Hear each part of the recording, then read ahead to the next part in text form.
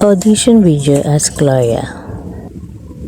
A strict but grounded person. Bakit 25 lang dito sa payslip nyo?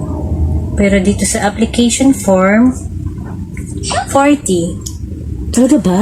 Pwede patingin? Oo, ganyan talaga yan. Sinama ko kasi yung part-time ko dati. Anong part-time? Pwede bang wag ko na lang sabihin? Baka malugot pa ako niyan sa batas eh. Sige, sabihin na lang natin na nag-live selling ako dati. Mrs. Fuentes, i-remind ko lang kayo ha, na ang pagsisinungaling sa amin ay labag sa batas, lalo na't nakasalalay ang pera ng gobyerno dito. Kaya kung pwede, maging honest tayo sa pagsagot. Pwede ba yon? So, yun na ba yun? Bakit Mrs. Fuentes? Gusto niyo na po ba ako umalis? Siyempre hindi.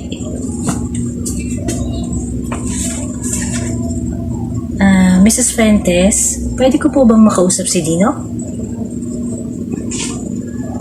May tatanong lang po ako sa kanya bago ako umalis. Bakit hindi na lang ngayon? Protocol lang po, Mrs. Fuentes. Okay, sige. Good actor is not all about who always cry on cue, who is not always shout, talk so loud, high moment or so intense.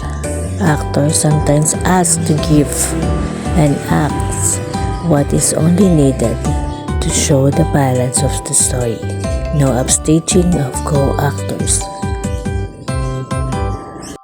Thank you for watching.